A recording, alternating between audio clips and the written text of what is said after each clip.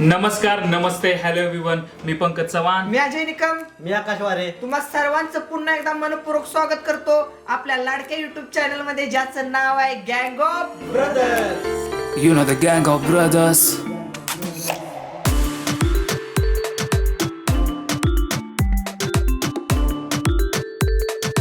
यामध्ये तुम्हाला व्हिडिओवरती रिॲक्शन, थोडस सजेशन, आवडलं तर ऑसम, नाहीतर रिजेक्शन, सर्व प्रकारच्या गोष्टी इथं पाहायला मिळतील.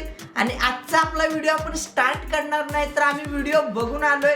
म्हणजेच व्हिडिओ म्हणजे मूवी बघून आलो आम्ही एकंदरीत. थिएटर मध्ये जाऊन मूवी हा, बघून आलोय. आणि मूवी कोणती होती? कांतारा.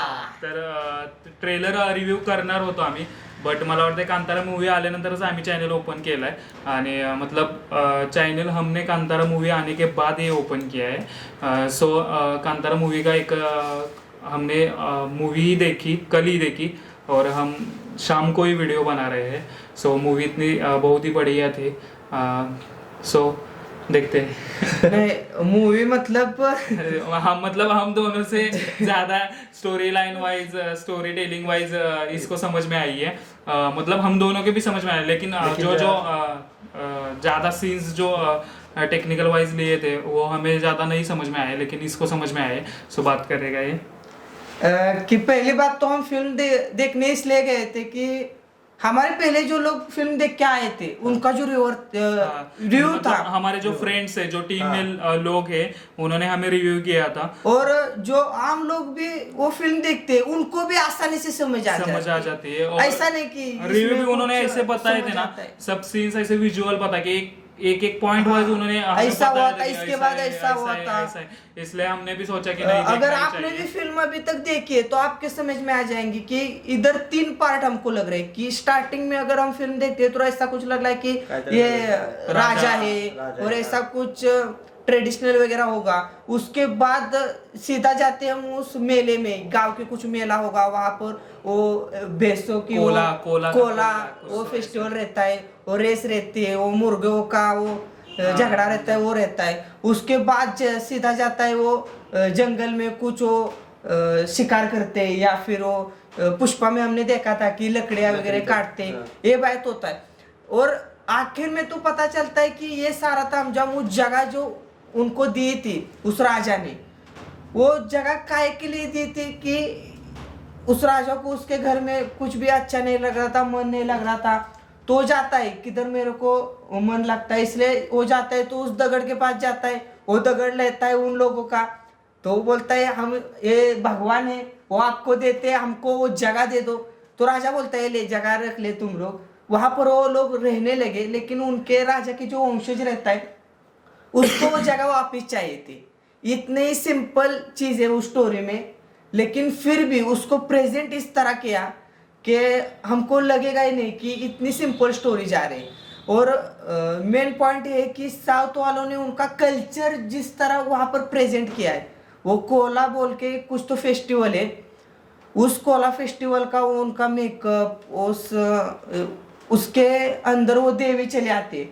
मेरे ख्याल से ऋषभ शेट्टी सर ने डबल रोल किया है उसमें. उनके पिताजी का और खुद का ऐसा डबल रोल किया है.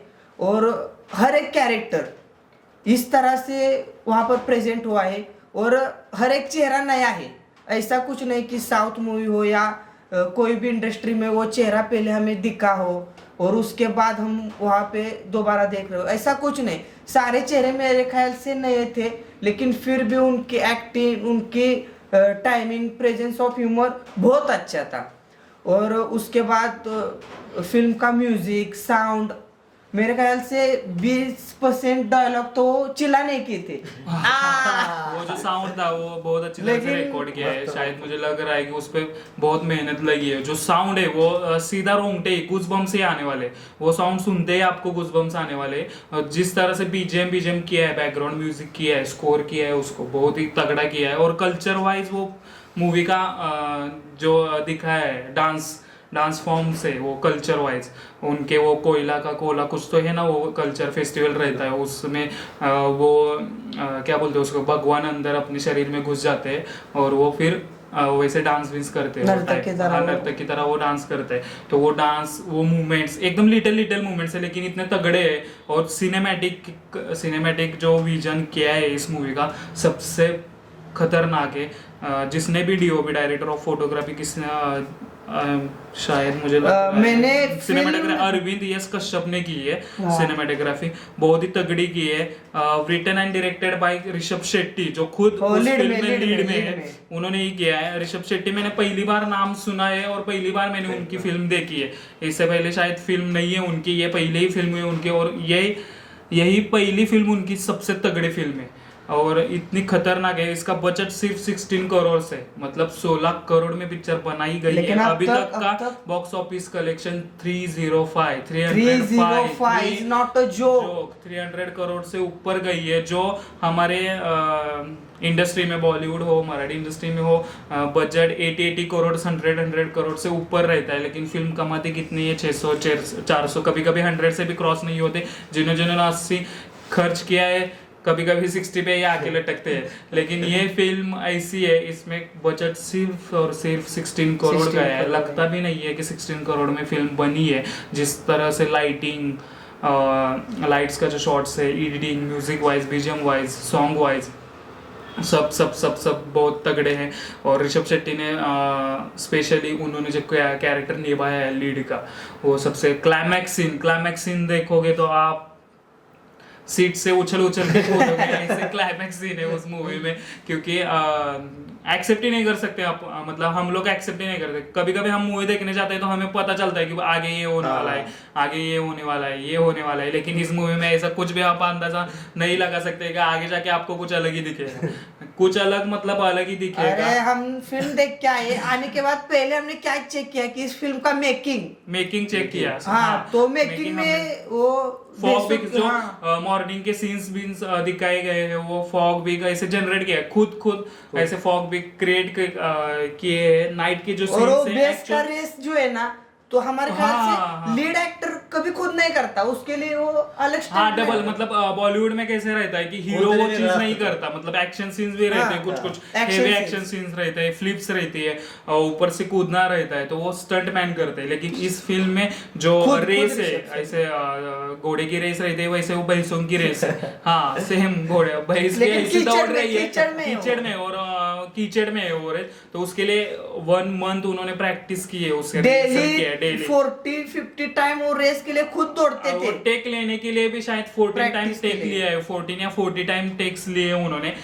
2-3 बार गिरे भी है वो, और तगड़ी। और वो सीन है, एंट्री सीन है वो, शायद एंट्री सीन है। हाँ, और उसमें जो फॉरेस्ट ऑफिसर का जिन्होंने कैरेक्टर किया है ना, वो उन्होंने भी बहुत अच्छा किया था, बहुत अच्छा किया। कॉमेडी कैरेक्टर 2 है, उन्होंने भी अच्छा किया विलन। और सबसे बड़ा मतलब हीरोइन एकदम सिंपल ली है, ऐसा नहीं ला, बहुत ही सिंपल, इतना सिंपल हमारे बॉलीवुड में पीछे डांस करने वाले कोई भी पीछे जो रहते हैं वैसे है वो। सही बहुत सिंपल हीरोइन है, दिखने में कुछ नहीं है, हॉटनेस वो तो रहता ही है, लेकिन फिर भी सीन और sexual scene, basically sexual scene भी इतना ज्यादा नहीं है।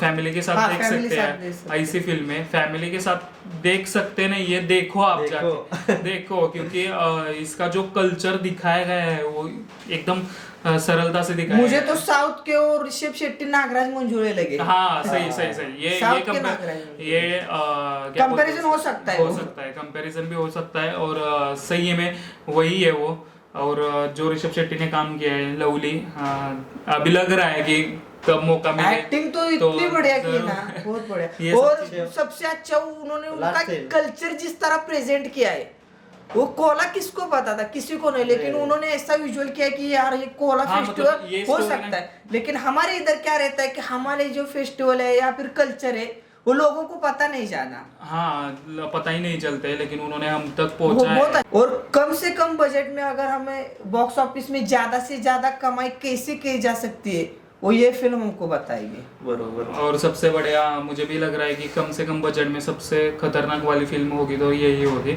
मतलब अब तक की film story wise, presence wise सबसे अच्छी यही है।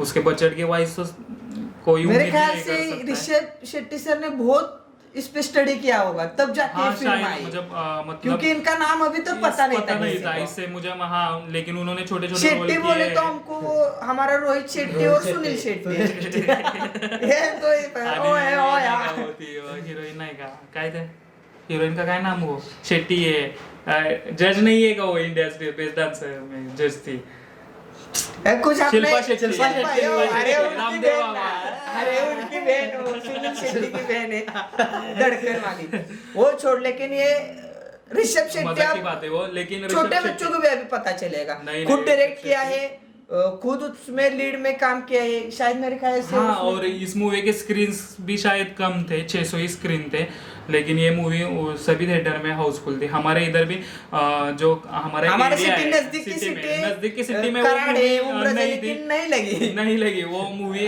इधर नहीं थी। हमने इस्लामपुर इस्लामपुर जाके में जाके वो मूवी देखी। इधर से शायद 50 किलोमीटर अराउंड 50 किलोमीटर से उम्र से हमने वहाँ पे खाया पिया कुछ नहीं, खाली मूवी के लिए गए गए। हाँ, खाली मूवी के लिए गए। और हम और एक बार देखने वाले हैं। हाँ, और 100% एक बार देखने वाले। 100% एक दो बार इस और दोन- देखेंगे हम मला तर क्योंकि काढा नाही थोडा म्हणून मी मित्र बघणार आहे. हाँ विषय मतलब आहे. कुछ सीन समझ में नहीं आई इसके समझ में आया क्योंकि उसका थोड़ा सा बैकग्राउंड है उसका राइटिंग का उसका स्किल है इसकी वजह से उसको समझ में आया। और एडिटिंग वाइज बोले तो एडिटिंग भी सही सब सही किया है। फॉन्ट उनका फॉन्ट ही देखे हुए तो कल्चर वाइज फॉन्ट है।